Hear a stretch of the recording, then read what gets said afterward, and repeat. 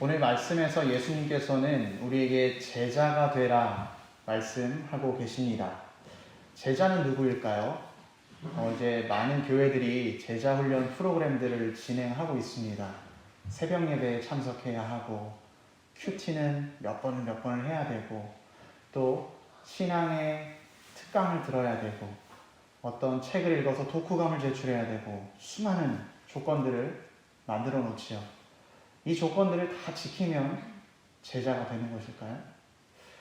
사전적으로 제자란 스승에게서 가르침과 훈련을 받고 그를 따르는 사람이다, 이렇게 정의하고 있습니다. 그럼 오늘 성경에서는 제자란 누구인가, 제자란 누군가 이야기하고 있을까요? 57절 말씀, 59절 말씀, 61절 말씀에 좇는다 라는 단어가 반복되고 있습니다. 이 좇는다 라는 단어의 원어적인 뜻은 함께 길 위에 있다, 같은 길을 걸어가고 있다 라는 뜻입니다. 그러니까 제자는 예수님께서 가신 길을 걸어가는 사람이다 라는 것입니다. 어떤 사람들은 제자란 12사도만 의미한다고 생각을 합니다. 그러나 실은 그렇지 않죠. 제자란 예수님을 믿는 모든 사람을 이야기합니다. 목사님이나 전도사님만이 제자가 아닙니다. 우리가 예수를 그리스도로 고백하고 나의 구주로 영접하는 모든 사람이 예수님의 제자인 것입니다. 그렇다면 예수님께서 걸어가신 그 길을 걸어가는 우리가 가야 할 길은 어떤 길일까요? 오늘 본문에서 예수님은 예루살렘으로 걸어가고 계십니다. 이곳에서 세 사람이 등장을 하지요. 첫 번째 사람은 감정적으로 매우 열심히 있는 사람입니다. 이 사람은 자기의 열정과 열심을 주님께 표현합니다. 주여, 주님께서 어디로 가시든지 나는 좋겠나이다. 이 사람의 믿음의 고백처럼 우리도 고백할 때가 있지요. 하지만 오늘 예수님께서는 이 사람의 고백을 거절하십니다. 왜 그러셨을까요? 예수님의 사역의 장소에는 두 장소가 있었습니다. 하나는 갈릴리 지역이고 또 하나는 예루살렘이었습니다. 갈릴리 지역에서는 예수님께서 많은 기적을 베푸셨습니다. 귀신을 쫓고 병을 고치며 보리떡과 물고기로 5,000명의 사람도 먹이신 그 기적의 사건이 바로 갈릴리에서 벌어졌습니다. 그런데 예수님께서는 그 갈릴리의 사역을 마치시고 오늘부터 예루살렘으로 향해 걸어가고 계신 것입니다.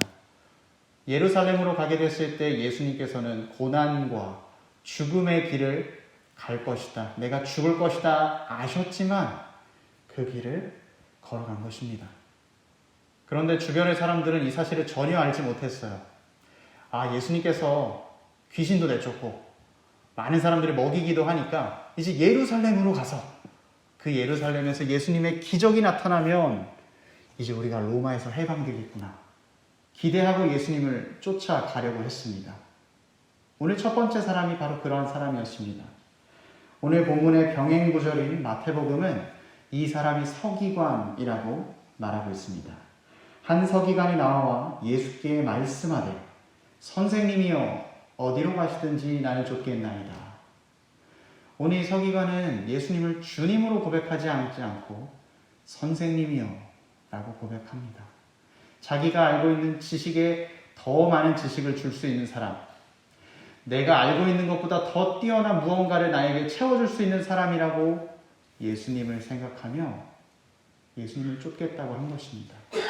예수님은 그 마음을 아시고 오늘 이 사람을 거절한 것입니다. 예수님은 그런 사람은 제자가 될 수 없다라고 말씀하십니다. 예루살렘으로 가면 고난과 죽음이 기다리고 있습니다. 제자는 이 길을 따라가는 사람입니다. 진정으로 예수님의 제자가 되기를 원하는 사람은 예수님의 따라가는 길에 대가가 요구된다는 사실을 기억해야 합니다. 오늘도 마찬가지죠. 교회를 나왔을 때 복 받을 겁니다. 예수님 믿으세요?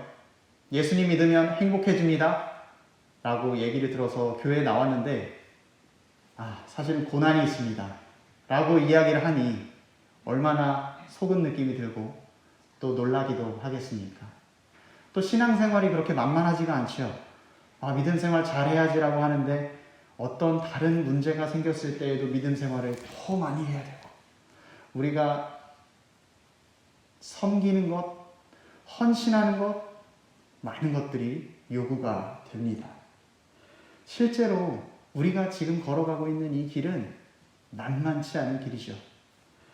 이런 길은 누가 갈 수 있나 생각할 때쯤 59절에서 두 번째 사람이 나타납니다. 첫째 사람과 다르게 이번에는 예수님께서 직접 이 사람을 먼저 부르십니다. 나를 따르라, 나를 좇으라. 둘째 사람은 예수님의 부르심에 나로 먼저 가서 내 부친을 장사하게 허락하옵소서 부탁을 드리죠. 이 말을 들은 예수님의 대답은 다소 무자비하게 보이기도 합니다. 죽은 자들로 자기의 죽은 자들을 장사하게 하고 너는 가서 하나님 나라를 전파하라. 사실 두 번째 사람이 예수님께 부탁드렸던 아버지의 장례는 유대 사회에서 타당한 부탁이었습니다. 율법을 지키는 일이기도 했으며 당시에 장례를 잘 치러주는 것이 사회 미덕이었기 때문입니다. 심지어 어떤 사람들은 부모님의 장례를 더 풍성하게 하기 위해서 우는 사람을 고용했다고 하기도 합니다. 이렇게 부모의 장례를 잘 치르는 것이 유대인에게는 아주 중요했음에도 불구하고 예수님께서는 왜 오늘 이렇게 말씀하신 것일까요? 예수님은 제자로서 그리고 신자로서 책임이나 의무를 무시하라는 것이 아니었습니다. 오히려 주님을 따르는 일에 무엇보다 중요하고 긴급성이 있다는 것을 말씀해 주시는 것입니다. 60절 말씀에 죽은 자들이 두 번 등장하고 있는데요. 첫 번째 앞에 죽은 자들은 주님을 따르지 않고 세상을 쫓는 영적으로 죽은 사람들을 의미합니다. 이들은 영적인 일에는 관심이 없으며 육체의 일에 매여서 살아가는 사람들입니다. 세상에 살아가는 사람이 이 육체의 일을 도피할 수는 없습니다. 그러나 그보다 중대한 일이 있는데 그것은 바로 영적인 일, 죽은 자들을 묻는 일이 아니라 죽은 자들을 영적으로 일으키는 제자의 일이 더 중요하다고 오늘 예수님께서는 말씀하시는 것입니다. 우리가 육적인 일이 아무리 우리 가운데 있다고 할지라도 영적인 일을 우선하는데 변명거리로 삼아서는 안 될 것입니다. 하나님께서 무슨 명령을 하신다면 우리는 즉시 순종해야 합니다. 왜냐하면 미루는 것, 변명하는 것이 사단의 아주 좋은 공격의 수단이기 때문입니다. C.S. 루이스가 쓴 스크루테이프의 편지라는 책에 이런 일화가 나오고 있습니다. 어떤 신사가 도서관에 가서 책을 읽는 습관이 있었는데 하루는 종교 서적에 눈이 많이 갔다고 합니다. 그래서 하나님은 어떤 분이실까? 하나님은 이 세상을 어떻게 만드셨을까? 여러 가지 질문들이 생각났을 때 마음속에 사단이 찾아와서 이렇게 속삭였습니다. 곧 점심시간인데 뭘 그렇게 걱정하고 고민하고 있어. 밥이나 먹으러 가. 이 신사는 조금 전에 일어났던 자기의 마음 가운데 하나님에 대한 질문을 제쳐두고 식사를 하러 갔습니다. 식사를 하는 중에 또다시 하나님에 대한 생각이 나기 시작했습니다. 또다시 사단이 찾아와서 밥 먹는데 뭘 그렇게 생각을 해. 일단 먹고 생각해. 이 사람이 식사를 마치고 집으로 돌아갈 때 이제 하나님에 대한 생각을 시작해야겠다라고 할 때 또다시 사단이 찾아와서 이야기합니다. 먹고 배부른데 뭘 또 생각해. 할 일도 많은데 내일 생각해. 이 사람은 결국 하나님에 대해서 아무런 생각도 얻지 못하고 자신의 집으로 돌아왔습니다. 사단은 이 사람의 뒷모습을 보고 미소를 지었습니다. 사단은 실제로 하나님에 대한 일들을 미루게 합니다. 핑계와 변명으로 일단 하나님을 가까이 하는 것을 못하게 합니다. 두 번째 사람도 아버지의 장례를 핑계로 예수님의 따르기로 미루고 있습니다. 내가 아버지께서 돌아가셨을 때 받은 상속이 있으니까 이 상속을 받아서 나의 생활이 넉넉해지면 그때 예수님을 따르겠다. 이렇게 생각했던 것입니다.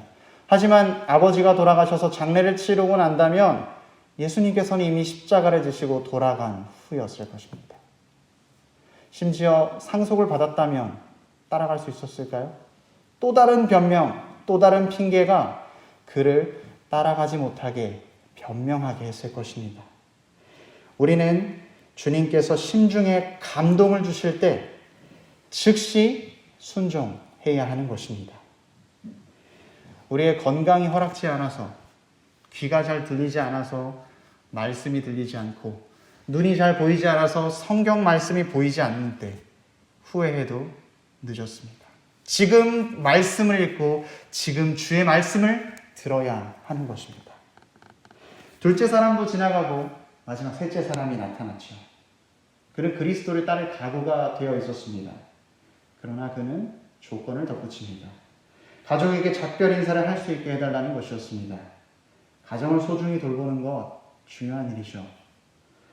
실제로 예수님께서 제자 마태를 부를 때, 세리 마태를 부를 때 그의 집에서 잔치를 열고 아버지와 작별 인사할 수 있는 시간을 허락하셨습니다. 예수님께서 마태는 왜 그런 시간을 허락하셨을까요? 마태를 편애하신 것일까요? 예수님께서는 사실 이 사람의 마음의 중심을 보고 계셨습니다.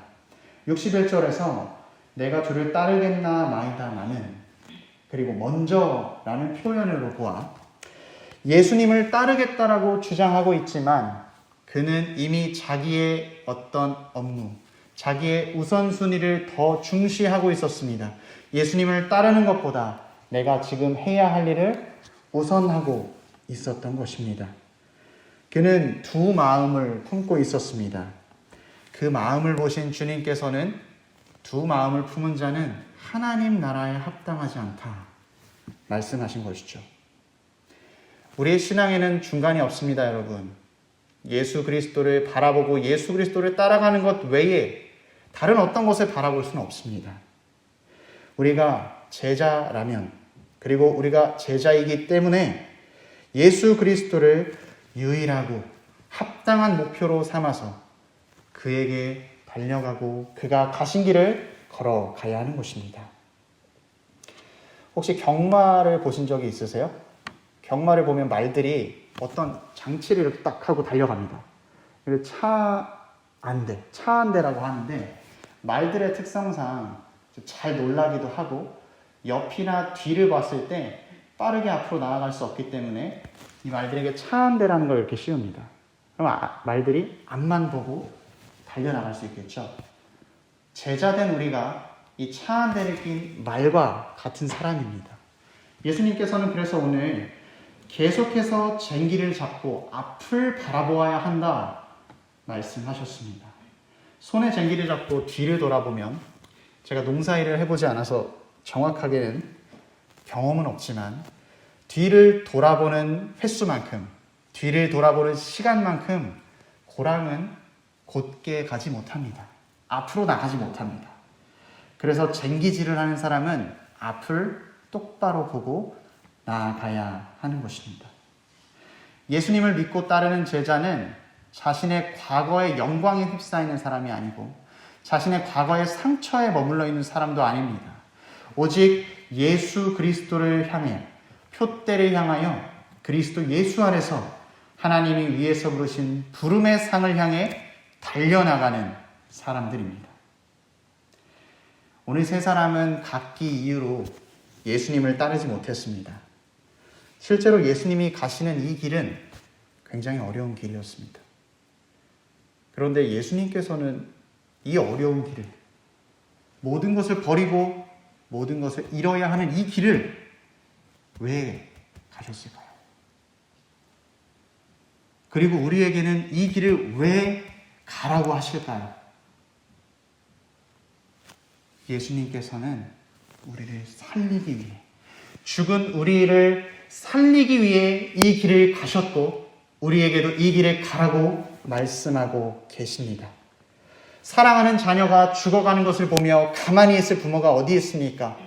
내가 저 아이를 대신해서라도 저 아이가 살 수만 있다면 내가 대신하고 싶다 라는 그 사랑이 부모의 사랑인 것입니다.